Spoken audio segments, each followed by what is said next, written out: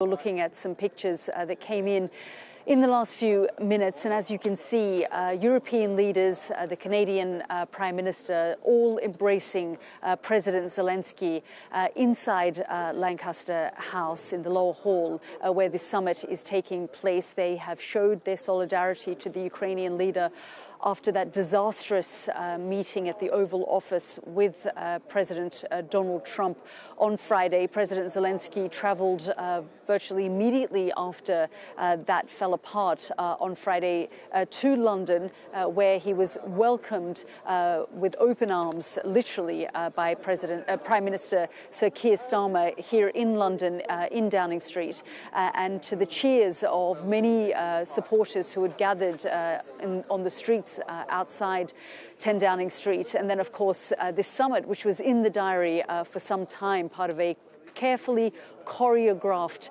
week of diplomacy. We saw the President of France, Emmanuel Macron, arrive at the White House last Monday. It was also 3 years since the full-scale invasion of Ukraine by Russia.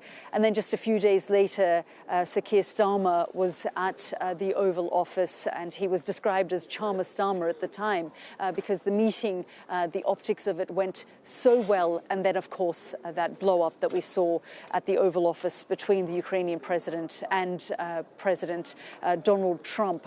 Now, we're hearing from some of the U.S. administration officials, Marco Rubio, the Secretary of State. We've also heard in the last half an hour or so from the National Security Advisor, Mike Waltz. Mike Waltz has said that President Zelenskyy needs to show that he wants peace. And Marco Rubio has said that he has not spoken to President Zelenskyy since things fell apart and disintegrated on Friday. But you were looking at some of those images of European leaders gathering around President Zelenskyy, embracing him, which they often do when they've gone in the middle of this conflict to visit him in Kiev, when they've welcomed him over the course of the last 3 years to European capitals. He has arrived and they have welcomed him, but it is crucial in this moment for a president that was confronted in the Oval Office. And there were calls for his resignation at the time from senators